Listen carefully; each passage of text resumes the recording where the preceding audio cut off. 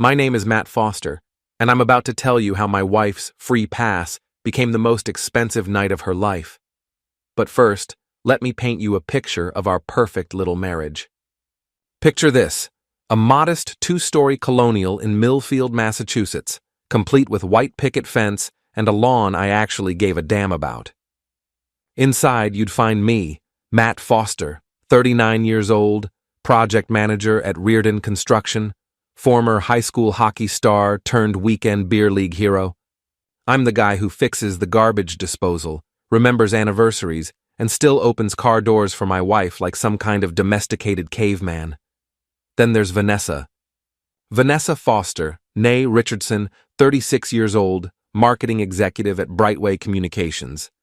She's got that polished, professional look that screams, "I peaked in college, but I'm still trying."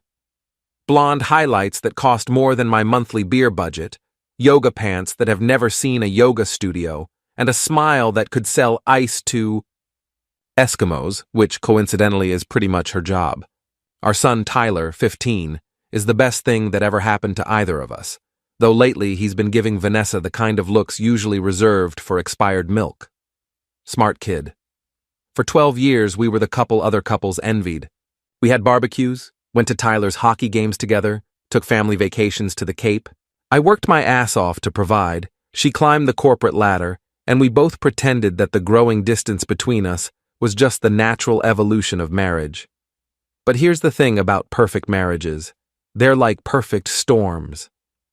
All that pressure building up underneath has to go somewhere eventually. The cracks started showing about 6 months ago. Vanessa began having more girls' nights than a sorority pledge.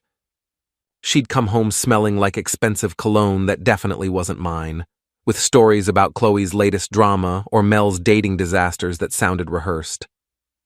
Her phone became surgically attached to her hand, and she guarded it like state secrets.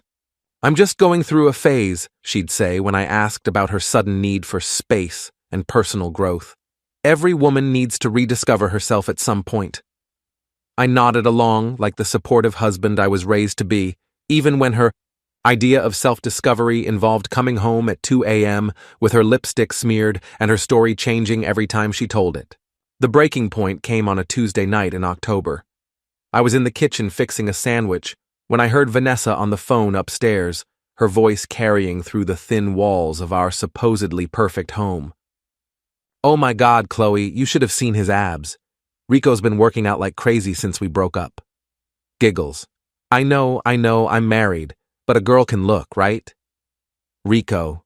Rick D'Amato. Her ex-boyfriend from college, the one she claimed was ancient history whenever his name came up.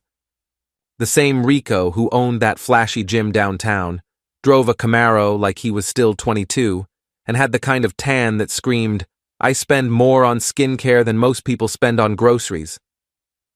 I stood there with my sandwich halfway to my mouth, listening to my wife discuss another man's abs with the enthusiasm she used to reserve for me. "What if I just, got it out of my system," she continued. "Like one night, just to see if there's still something there. Then I could move on and be a better wife to Matt." The logic was breathtaking, absolutely breathtaking. That's when I found myself doing something I'd never done before. I started paying attention, really paying attention. Over the next few weeks, I became a detective in my own home.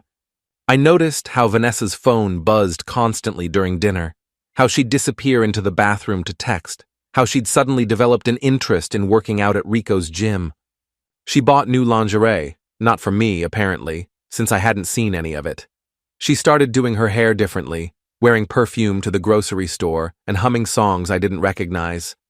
The final piece of evidence came when I was looking for our insurance papers in her home office.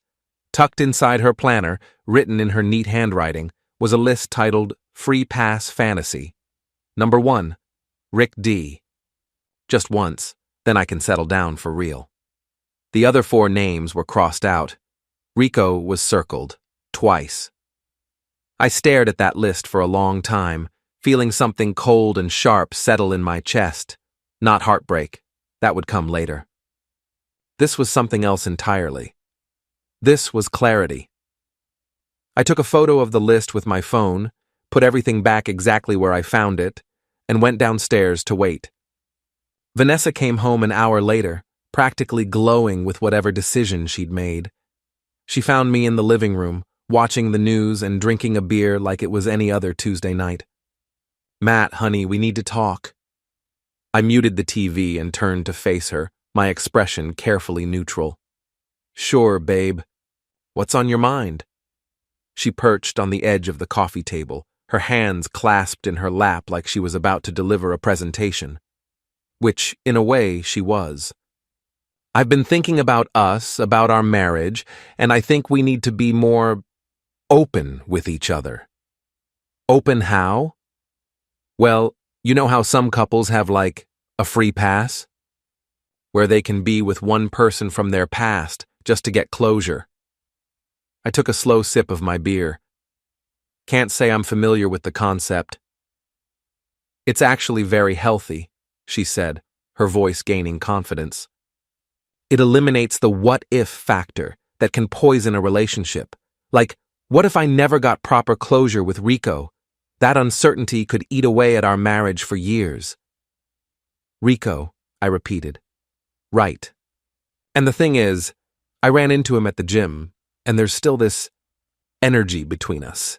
But if I could just spend one night with him, get it out of my system completely, then I could come back to you and Tyler with a clear head and a full heart." The performance was flawless.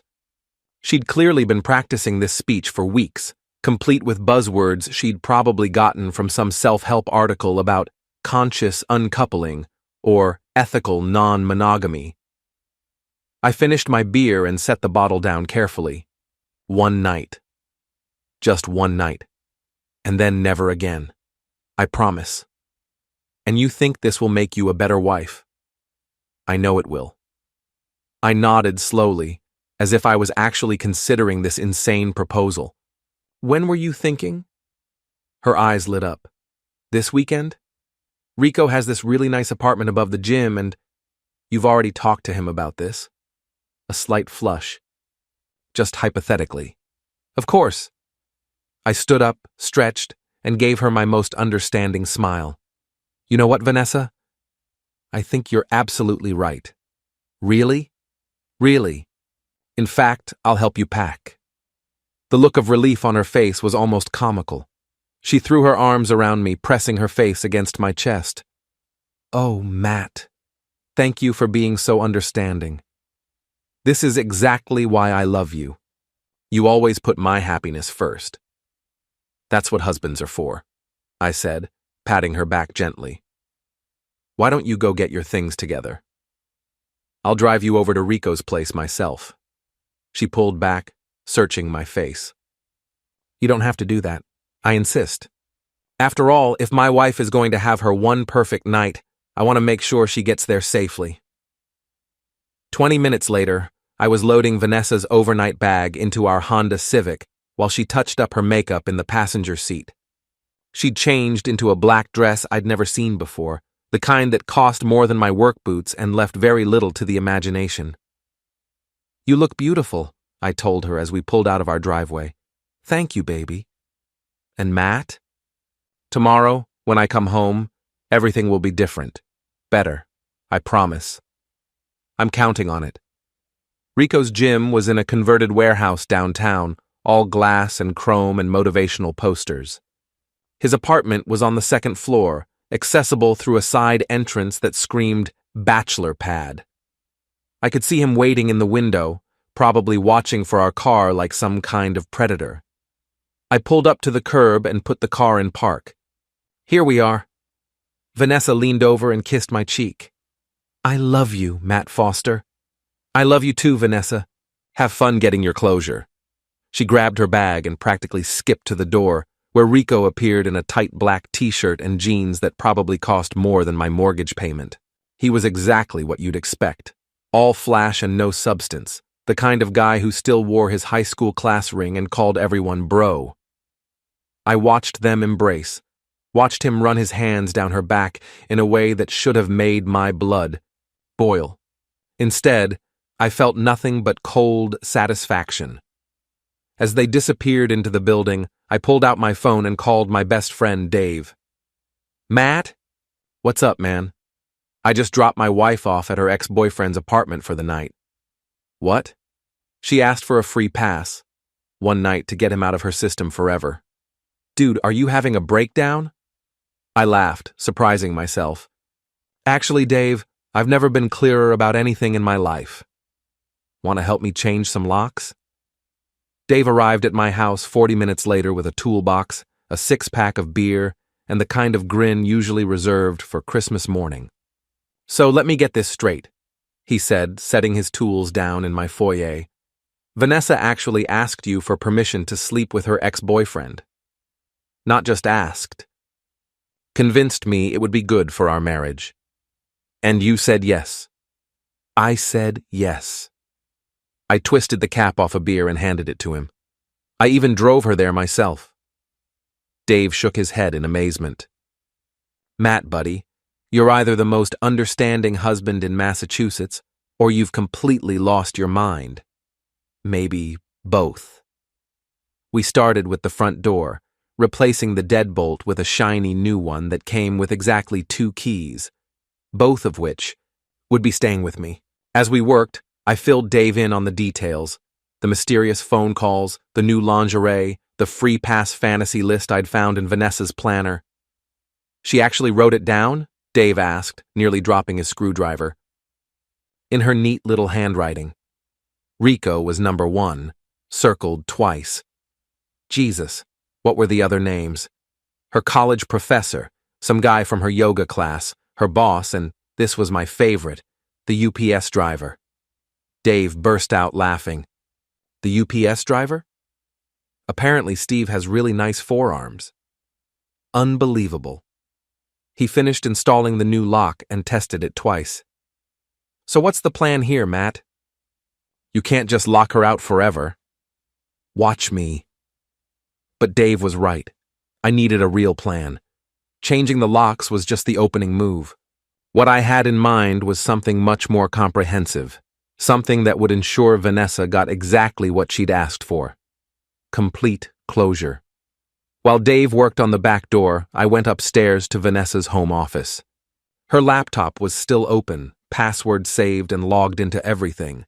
Her email, her social media accounts, her cloud storage, all of it sitting there like an early Christmas present. I started with her text messages, which were automatically syncing to her laptop. The conversation with Rico went back 3 weeks. Rico, still thinking about our conversation at the gym. Vanessa, me too. But it's complicated, Rico. Doesn't have to be. One night V, just like old times Vanessa. I'm married, Rico. So? Matt seems like the understanding type Vanessa, maybe too understanding Rico. His loss, my gain, and then, from just 2 hours ago, Vanessa. On my way. Matt's driving me over. Rico. Seriously? Vanessa. I told you he was understanding Rico. Understanding or stupid? Vanessa. Does it matter? I screenshotted everything, then moved on to her group chat with her girlfriends. This was where things got really interesting. Chloe. So you're really going through with it? Vanessa. Tonight's the night. Mel. I still can't believe Matt said yes. Vanessa. He practically packed my bags. Chloe. Think he suspects anything? Vanessa. Suspects what? That I've been planning this for months? No way. He's too trusting, Mel. What if Rico's not as good as you remember? Vanessa. Then at least I'll know. But if he is... Chloe. If he is what? Vanessa. Let's just say Matt might not be the only one getting a reality check. I sat back in her chair, staring at the screen. Months. She'd been planning this for months, and I'd been walking around like some clueless sitcom husband while my wife orchestrated her own affair with mathematical precision. The group chat continued. Vanessa. Besides, if things go really well, who says it has to be just one night? Chloe. Vanessa. Vanessa. What? Life's short. And Rico's got that new Camaro. Mel. What about Tyler? Vanessa. Tyler's 15. He'll understand eventually, Chloe. And Matt? Vanessa. Matt will get over it. He always does. I took screenshots of everything, saved them to a folder, and backed them up to 3 different cloud services. Then I opened her social media accounts and started documenting her recent posts, all the cryptic messages about new beginnings and following your heart that I'd assumed were just generic inspirational nonsense. Dave appeared in the doorway. Locks are done. What are you doing up here? Research. I showed him the screenshots. He whistled low. She's been planning this for months? And that's not even the best part. I scrolled to the bottom of the group chat. Look at this. Vanessa. Honestly, I think I married the wrong guy, Chloe. You're just realizing this now? Vanessa. Rico never would have let me get bored like this, Mel, so why did you marry Matt? Vanessa. He was safe, stable, good father material. But a girl needs excitement too, Chloe. Maybe it's time for an upgrade. Vanessa. Maybe it is. Dave was quiet for a long moment. Matt, I'm sorry, man. I had no idea she was this calculating. Neither did I. But now I do. I closed the laptop and stood up. And now I'm going to show her exactly what happens when you mistake kindness for weakness. We went back downstairs, where I opened another beer and started making a list. If Vanessa wanted to play games, I was happy to oblige, but we were going to play by my rules. First item, call my lawyer in the morning to discuss my options. Massachusetts was a no-fault divorce state, but adultery could still affect alimony and custody arrangements. Second item, document everything. Every text, every email, every social media post that showed premeditation and intent to destroy our marriage. Third item, protect Tyler. My son didn't deserve to be collateral damage in his mother's midlife crisis. Fourth item, let Vanessa's friends and family know exactly what kind of person they'd been supporting. Fifth item, make sure Rico understood that actions have consequences. This is pretty cold-blooded, even for you, Dave said, reading over my shoulder. She had months to plan her betrayal. I've got one night to plan my response. My phone buzzed with a text from Vanessa. Having dinner. Thanks again for being so understanding. Love you. I showed Dave the message. What do you think? Should I respond? What would you normally say? Something supportive. Have fun. Be safe. See you tomorrow. Then that's what you should say. I typed back, enjoy your evening. Take all the time you need. It wasn't technically a lie. She should absolutely take all the time she needed, because when she came home tomorrow, she was going to need every second to figure out how to rebuild her entire life. Dave helped me move some of our more valuable items, my tools, Tyler's gaming system, our important documents, to his garage for safekeeping. Then we sat on my front porch, drinking beer and watching the neighborhood settle in for the night. You know, Dave said, most guys would be out looking for a bar fight right about now. Most guys don't have wives who hand them a roadmap to their own destruction. Fair point. He finished his beer and stood up. You need anything else tonight? Yeah, actually. I pulled out my phone. You know anyone who might be interested in some information about Rico D'Amato? What kind of information? The kind that would really interest his girlfriend. Dave grinned. Now you're talking my language. Lexi Moreau was exactly what you'd expect from a guy like Rico's girlfriend. 27, Instagram model, and blessed with the kind of looks that could stop traffic and empty bank accounts. What I hadn't expected was how smart she was. I accidentally ran into her at Murphy's pub the next evening, while Vanessa was still enjoying her night of closure with Rico.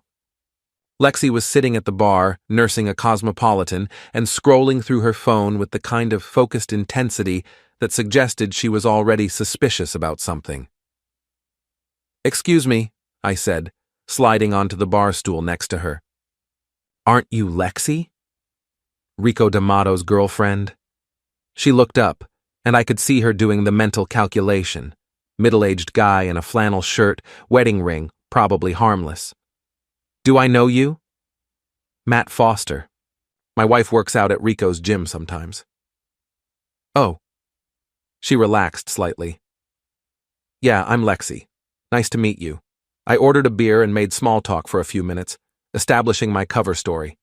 Concerned husband, wondering why my wife had been spending so much time at the gym lately, especially since she'd been talking about Rico a lot. Rico's a great trainer, Lexi said, but there was something guarded in her voice. Very dedicated to his clients. I'm sure he is. Actually, that's kind of what I wanted to ask you about. I took a sip of my beer, playing the part of the nervous, slightly clueless husband. My wife mentioned that she and Rico used to date back in college. Ancient history, you know? But lately she's been staying at the gym pretty late, and last night she didn't come home at all. Lexi's cosmopolitan stopped halfway to her lips. She didn't come home? She said she was having dinner with her girlfriends, but... I shrugged. Call it intuition, but something feels off. What's your wife's name? Vanessa. Vanessa Foster. Blonde, about 5'6", drives a silver Lexus. I watched the recognition dawn in Lexi's eyes, followed quickly by fury. She knew exactly who Vanessa was, which meant Rico had been stupid enough to mention her. That bastard, she whispered. I'm sorry? Nothing. She drained her cosmopolitan in one gulp and signaled the bartender for another. So your wife didn't come home last night? Nope. And she texted this morning saying she needed some space to think about things. I'm starting to wonder if maybe she and Rico have been, you know. Lexi's laugh was sharp and bitter. Oh, I know exactly what they've been doing. Rico's been talking about this Vanessa woman for weeks, his college girlfriend who got away, the one who married some boring guy but still had feelings for him. He said that? He said a lot of things, including how he was going to show her what she'd been missing and remind her why she fell for him in the first place. She turned to face me fully. Your wife asked for this, didn't she? She came to you and asked for permission to sleep with her ex-boyfriend. I blinked, playing dumb. How did you... Because that's exactly what Rico said would happen. He said she was going to convince you to let her have one night with him just to get it out of her system. He thought it was hilarious that you'd be stupid enough to agree. Jesus. Yeah, Jesus. Lexi pulled out her phone and started scrolling through photos. You want to see what your wife's one night of closure looks like? She showed me a series of Instagram stories from Rico's account, pictures of expensive wine, candles, rose petals on a bed. The final photo showed 2 wine glasses and a woman's hand wearing a wedding ring that I recognized immediately. He posted this, I asked. Oh, he's been documenting the whole thing. Look at this one. The next photo was a selfie of Rico looking smug and satisfied, with the caption, "Some nights are worth waiting for." Second chances, worth the wait. I am so sorry, Lexi said, and I could tell she genuinely meant it. You seem like a really nice guy, and you don't deserve this. Neither do you. No, I don't. She finished her second cosmopolitan and stood up. But unlike you, I'm not going to sit here and take it. What are you going to do? Her smile was sharp enough to cut glass. I'm going to go have a conversation with my boyfriend and his college sweetheart. Want to come watch? Part of me was tempted, but I had other plans. Thanks, but I think I'll pass. I've got some thinking to do. Fair enough. She gathered her purse and jacket. But Matt, when you're done thinking and you decide you want some payback, call me. She handed me her business card, which surprisingly listed her as a social media consultant rather than just an Instagram model, and headed for the door. I finished my beer slowly, giving Lexi a 20-minute head start. Then I drove home and settled in to wait for the fireworks. They started at 11:47 p.m. when my phone buzzed with a video message from an unknown number. The footage was shaky and dark, but the audio was crystal clear. Lexi screaming at Rico and Vanessa, calling them both every name in the book, while systematically destroying Rico's bedroom. I could hear Vanessa crying and Rico trying to play peacemaker, which only made Lexi angrier. "You think this is funny?" Lexi shouted. "You think you can humiliate me and post it on social media like some kind of trophy?" "Baby, calm down," Rico said. "It's not what you think. It's exactly what I think. You've been planning this for weeks." "Both of you?" "Lexi, please," Vanessa's voice tearful and pathetic. "It was just supposed to be one night." "One night? One night? You're married. He's my boyfriend. What the hell is wrong with both of you?" The video ended with the sound of something expensive breaking and Rico cursing in Italian. I saved the video and texted back, "Thank you. This is very helpful." The response came immediately. "Just getting started. Check Rico's Instagram." I opened the app and found that Rico's account had been modified. Someone had changed his bio to read, "Cheating scumbag who steals other men's wives. Currently single and looking for a new place to live."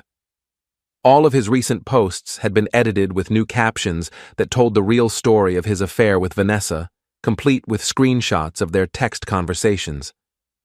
My phone rang. Vanessa. "Matt? Oh God, Matt, I need you to come pick me up." "What's wrong?" I asked, though I had a pretty good idea. Rico's girlfriend showed up and she went crazy. She destroyed his apartment and she's threatening to call the police and… "Slow down, Vanessa. Where are you now?" "I'm in my car outside Rico's place. She threw all my stuff out the window and told me if she ever sees me again, she'll post naked pictures of me online." "Does she have naked pictures of you?" Silence. "Vanessa?" "It was just a few photos." "Rico said they were just for him." "Of course he did." "Where's Rico now?" "He's upstairs trying to clean up the mess." "Matt, I'm so sorry. This wasn't supposed to happen like this." "How was it supposed to happen?" "I was supposed to come home tomorrow morning and we were going to talk and everything was going to be better." "Better for who?" Another silence, longer this time. "Matt, can you please just come get me? I promise I'll explain everything when I get home." "About that," I said, "I changed the locks." "You what?" "I changed the locks. And I moved Tyler to my brother's house. I thought you might need some space to figure things out." "Matt, this is my house too.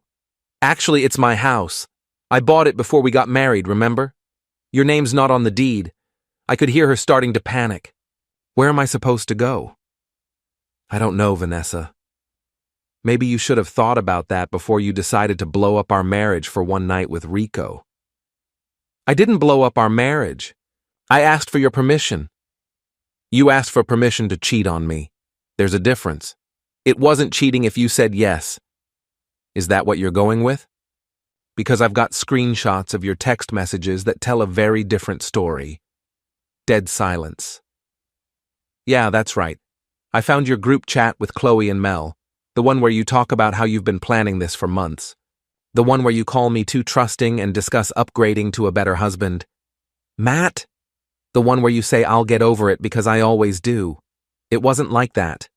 "It was exactly like that. And you know what? You were wrong about one thing." "What?" "I'm not going to get over it this time." I hung up and turned off my phone. Then I opened Vanessa's laptop, which was still logged into all her accounts, and got to work.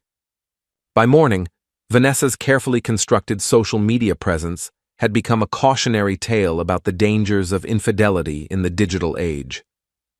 It started with her Facebook account, where I posted a heartfelt status update using her own words from the group chat. "Sometimes you realize you married the wrong person. Life's too short not to follow your heart, even if it means hurting the people who trust you most. Chuck new beginnings. Following my heart. Sorry, not sorry." The post included a photo from Rico's Instagram story, the one with the wine glasses and her wedding ring, along with a detailed explanation of how she'd asked her husband for permission to sleep with her ex-boyfriend and was now discovering that actions have consequences. I tagged Chloe, Mel, and several other mutual friends, along with some of her co-workers and her boss at Brightway Communications. Then I shared the post to several local community groups where Vanessa was active, including the PTA group for Tyler's school and the neighborhood watch committee. Next, I moved to her Instagram account, where I posted the screenshots of her text conversations with Rico, along with excerpts from the group chat where she discussed her plans to upgrade her marriage. The caption read, "When you spend months planning to cheat on your husband and then act surprised when it blows up in your face. There are consequences. Truth, marriage is not a game." By the time I was finished, Vanessa's phone number, email address, and a detailed timeline of her affair were public knowledge across 3 different social media platforms and half a dozen community groups. My own phone started ringing around 8 a.m. Dave was the first call. "Dude, what did you do?" "My wife just showed me Vanessa's Facebook page." I told the truth. The whole truth, apparently. "Jesus, Matt, you basically nuked her from orbit." "She nuked herself. I just provided the documentation." The next call was from my brother Jim, who was watching Tyler for me. "Matt, Tyler's getting texts from his friends about his mom. What the hell is going on?" "I'll explain when I pick him up." "How's he handling it?" "Better than I expected, honestly. He said he's been waiting for you to figure out what was going on." "Smart kid." "He gets that from you." "But Matt, some of these posts, they're pretty brutal." "Good." The third call was from Vanessa's boss, Robert Chen, at Brightway Communications. "Mr. Foster, this is Robert Chen. I need to speak with you about some concerning posts that have appeared on social media involving your wife." "What about them?" "Well, frankly, they're reflecting poorly on our company. Vanessa represents our brand, and having her personal life displayed so publicly. Are you asking me to take them down? I'm asking you to consider the professional ramifications of this situation." "Mr. Chen, with all due respect, my wife spent months planning to cheat on me and then asked for my permission to do it. If that reflects poorly on your company, maybe you should reconsider who you choose to represent your brand." He was quiet for a moment. "I see your point. Besides, I didn't post anything that wasn't true. Every screenshot, every quote, every photo, it's all authentic. If Vanessa has a problem with how her own words make her look, she should have thought about that before she said them. Nevertheless, we'll need to discuss this situation with Vanessa when she comes in today. Good luck with that." I hung up and checked Vanessa's social media accounts again. The comments were pouring in, a mix of outrage, sympathy, and the kind of schadenfreude that the internet specializes in. Her co-workers were expressing shock and disappointment. Her neighbors were sharing their own stories of suspicious behavior they'd noticed. The PTA moms were discussing whether someone with such poor judgment should be involved in school activities. But the best comments were coming from people who knew Rico. Apparently, this wasn't his first time playing homewrecker, and several other women had come forward with their own stories about his predatory behavior toward married women. My phone rang again. This time it was Vanessa calling from what looked like a hotel number. "Matt, you have to take those posts down." "Good morning to you too, Vanessa. How was your night? Don't you dare act like this is funny. Do you have any idea what you've done?" "I shared the truth about our marriage using your own words. If you don't like how that makes you look, maybe you should have made better choices." "I just got fired." "That was fast. This isn't a joke. I lost my job because of your little tantrum." "My tantrum?" "Vanessa, you spent months planning to destroy our marriage, and I'm the one having a tantrum. I asked for one night to get closure, and I gave it to you. How did that work out?" Silence. "Let me guess," I continued. "Rico's not quite the man you remembered. Lexi made sure you both understood that actions have consequences. And now you're sitting in a hotel room wondering how everything went so wrong so fast. Please, Matt. I know I made a mistake, but... A mistake? Vanessa, you didn't accidentally sleep with your ex-boyfriend. You planned it for months. You manipulated me into giving you permission. You told your friends I was too stupid to figure it out. That's not a mistake. That's a choice. What do you want me to say? I'm sorry. I'm sorry I hurt you. I'm sorry I was selfish. I'm sorry I made the worst decision of my life. That's a start. But sorry doesn't undo what you did. So what happens now? You destroy my life, and then we get divorced? I don't know, Vanessa. What did you think would happen when you decided I wasn't good enough for you anymore? I never said you weren't good enough. You said you married the wrong guy. You said you needed an upgrade. You said I was safe and stable and boring, and that a girl needs excitement too. You read all my messages. Every single one, including the ones where you and your friends laughed about how trusting I was, including the ones where you discussed making this more than just one night if Rico lived up to your expectations. Another long silence. Vanessa, let me ask you something. If Rico hadn't turned out to be a disappointment, if Lexi hadn't shown up and ruined your perfect night, would you have come home this morning? Of course I would have. Would you have told me the truth about how you felt? What do you mean? Would you have told me that you think you married the wrong person? Would you have asked for a separation so you could explore your feelings for Rico? The silence stretched so long I thought she might have hung up. I don't know, she finally whispered. That's what I thought. I hung up and turned off my phone again. Then I drove to my brother's house to pick up Tyler and explain why his mother had blown up their family for one night with a guy who still wore his high school class ring. Tyler took it better than I expected. At 15, he was old enough to understand that his parents were flawed human beings, and smart enough to have already figured out that something was seriously wrong with his mother's behavior. So Mom cheated on you, he said as we drove home. Yeah. And you found out about it before she did it. Yeah. And you let her do it anyway so she'd get caught. Something like that. He was quiet for a while, staring out the window at the familiar streets of our neighborhood. Dad? Yeah. Good. The next few days passed in a blur of phone calls, legal consultations, and watching Vanessa's carefully constructed life crumble in real time. My lawyer, Patricia Hendricks, was a sharp-eyed woman in her 50s who specialized in divorce cases involving infidelity. She reviewed all my documentation, the screenshots, the social media posts, the timeline of Vanessa's affair, with the enthusiasm of a prosecutor building a murder case. This is excellent work, Matt, she said, spreading the printed evidence across her desk. Your wife's own words establish clear premeditation and intent to commit adultery. The fact that she asked for your permission actually works in our favor. It shows she knew what she was doing was wrong but did it anyway. What are my options? In Massachusetts, adultery doesn't automatically entitle you to a larger share of marital assets, but it can influence alimony and custody decisions. Given that your wife planned this affair for months and has shown a pattern of deceptive behavior, I think we can make a strong case for primary custody of Tyler and minimal alimony payments. What about the house? The house is in your name only, purchased before the marriage. She has no legal claim to it. Same with your retirement accounts and the construction business assets. I sat back in my chair, feeling something like relief for the first time in weeks. So she gets what, exactly?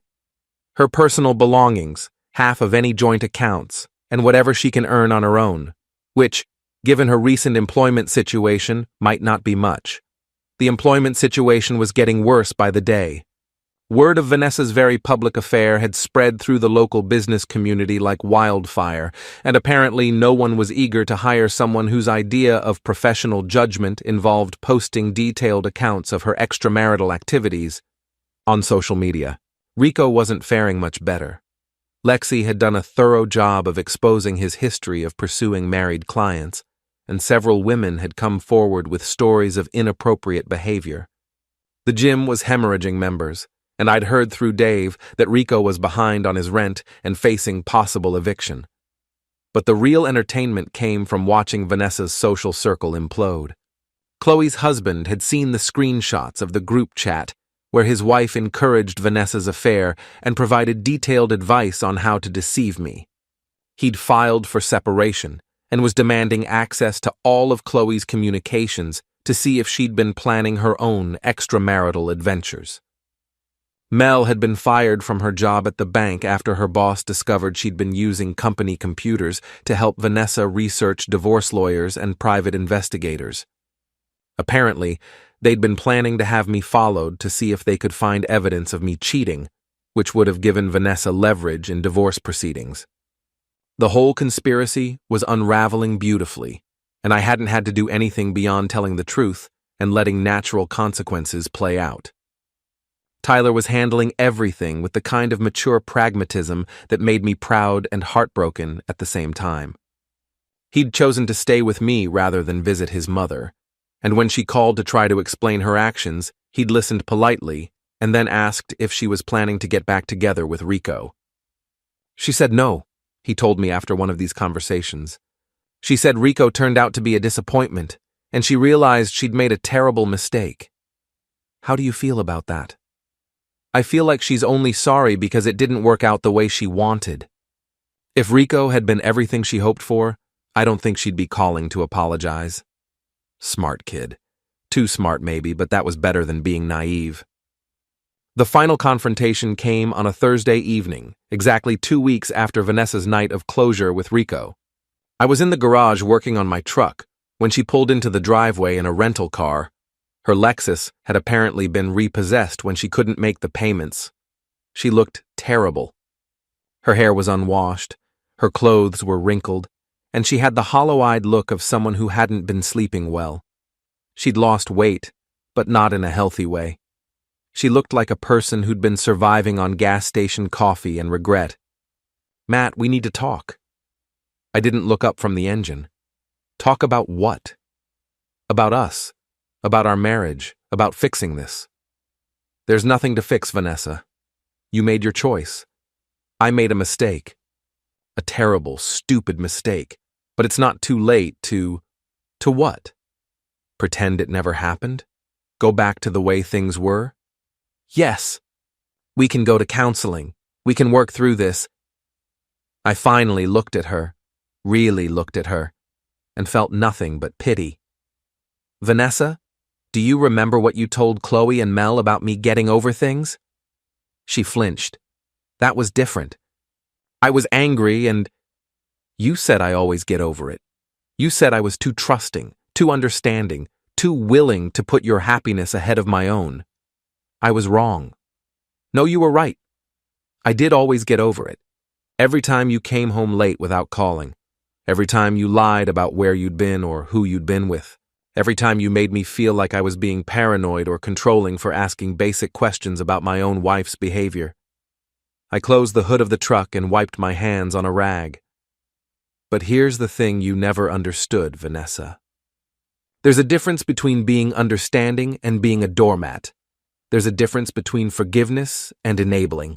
And there's a difference between trusting your wife and being stupid enough to let her destroy your family for a one-night stand with a guy who posts about it on Instagram. Matt, please.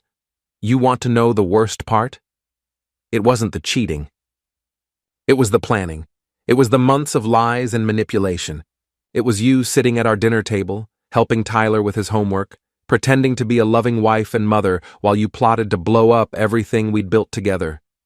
She started crying then, the kind of ugly, desperate crying that comes from finally understanding the magnitude of what you've lost. I know I hurt you, she sobbed. I know I destroyed everything good between us. But Matt, I love you. I love Tyler. I love our family. Please don't throw it all away because I made one terrible mistake. One mistake? Vanessa, you made 1,000 small choices that led to that one night.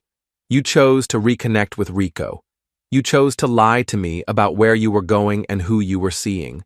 You chose to ask your friends for advice on how to deceive me. You chose to write down a list of men you wanted to sleep with. You chose to manipulate me into giving you permission to cheat. I stepped closer, and she looked up at me with red-rimmed eyes full of desperate hope. And then, after all of that, you chose to tell your friends that if it went well, it might not be just one night. You chose to discuss upgrading to a better husband. You chose to bet that I was too stupid and too weak to do anything about it. I never meant. You meant every word. And you know what? You were almost right. The old Matt, the understanding Matt, the Matt who always got over it, he would have taken you back. He would have gone to counseling and pretended to forgive you and spent the rest of his life wondering when you'd do it again. I opened the driver's door of my truck. But that Matt passed the night you asked for your free pass. The Matt you're talking to now is someone different. Someone who finally understands that love without respect isn't love at all. It's just convenient. So that's it? She asked. 15 years of marriage, and you're just going to throw it away? I got in the truck and started the engine. I'm not throwing anything away, Vanessa. You already did that. I'm just finally admitting it. As I backed out of the driveway, I could see her in the rearview mirror, standing alone in the driveway of the house she'd never live in again, finally understanding the true cost of her free pass. 6 months later, I was sitting on my back deck with a beer and the local newspaper when Tyler came out to join me. Mom called, he said, settling into the chair next to mine. Yeah? How's she doing? She got a job at that insurance place downtown, part-time, but it's something. Good for her. Tyler was quiet for a moment, watching the sun set over our neighborhood. At 16 now, he'd grown 3 inches and developed the kind of quiet confidence that comes from surviving a family crisis with your integrity intact. She asked if I wanted to have dinner with her this weekend. What did you tell her? I told her I'd think about it. I nodded. That's fair. Dad? Yeah. Do you ever regret it? How you handled everything, I mean. It was a good question, one I'd asked myself many times over the past 6 months. Did I regret exposing Vanessa's affair so publicly? Did I regret destroying her reputation and her career? Did I regret choosing nuclear warfare over quiet divorce proceedings? No, I said finally. I don't regret it. Even though it hurt her so bad? Tyler, your mother spent months planning to hurt me and you and our family. She just never expected there to be consequences for her actions. But she lost everything. She chose to risk everything. There's a difference. He thought about that for a while, the way teenagers do when they're trying to understand the complicated moral landscape of adult relationships. What about Rico? I smiled. Rico's story had become something of a local legend. After losing his gym and his apartment, he'd moved back in with his parents and taken a job at a chain fitness center in the next town over.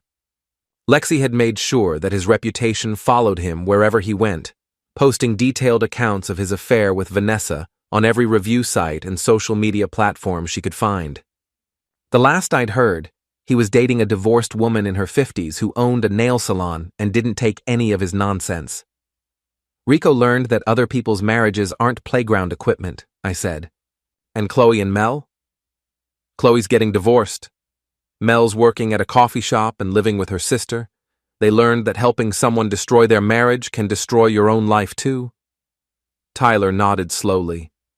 So everyone got what they deserved. Everyone got what they chose. We sat in comfortable silence for a while, watching the neighborhood come alive with the sounds of evening, kids playing in yards, dogs barking, the distant hum of lawn mowers and backyard barbecues. Dad? Yeah? I'm proud of you. For what? For not letting her get away with it. For showing me that you don't have to accept being treated badly, even by people you love. I reached over and squeezed his shoulder. That's the most important lesson I can teach you, son. Respect yourself enough to demand respect from others, even if it costs you everything. Especially then. My phone buzzed with a text message. I glanced at it and smiled. Who's that? Tyler asked. Sarah. She's asking if we want to come over for dinner Sunday. Sarah Bell was the detective who lived 3 houses down, a smart, funny woman in her early 40s who'd been divorced for 2 years and understood the complicated process of rebuilding your life after someone you trusted betrays you. We'd been dating for 3 months now, taking things slow and building something real based on mutual respect and genuine affection. "I like Sarah," Tyler said. "Me too." "She's nothing like Mom." "No, she's not." "Good," I typed back. "We'd love to. Should we bring anything?" The response came immediately. "Just yourselves, and maybe that famous potato salad." "Sarah wants us to bring potato salad to dinner Sunday," I told Tyler. "The one with the bacon?" "The one with the bacon. I'll help you make it." As we sat there planning our weekend, I thought about the man I'd been 6 months ago, the understanding husband, the one who always got over it, the one who put everyone else's happiness ahead of his own dignity. That man was gone, replaced by someone stronger, someone who understood that kindness without boundaries isn't kindness at all. It's just enabling. Vanessa had wanted a free pass, one night to explore what she thought she was missing. Instead, she'd gotten a masterclass in consequences, a front-row seat to watch her carefully constructed life crumble under the weight of her own choices. Rico had wanted to relive his college glory days with someone else's wife. Instead, he'd learned that some games have higher stakes than he was prepared to pay. Chloe and Mel had wanted to live vicariously through their friend's affair, offering advice and encouragement for her betrayal.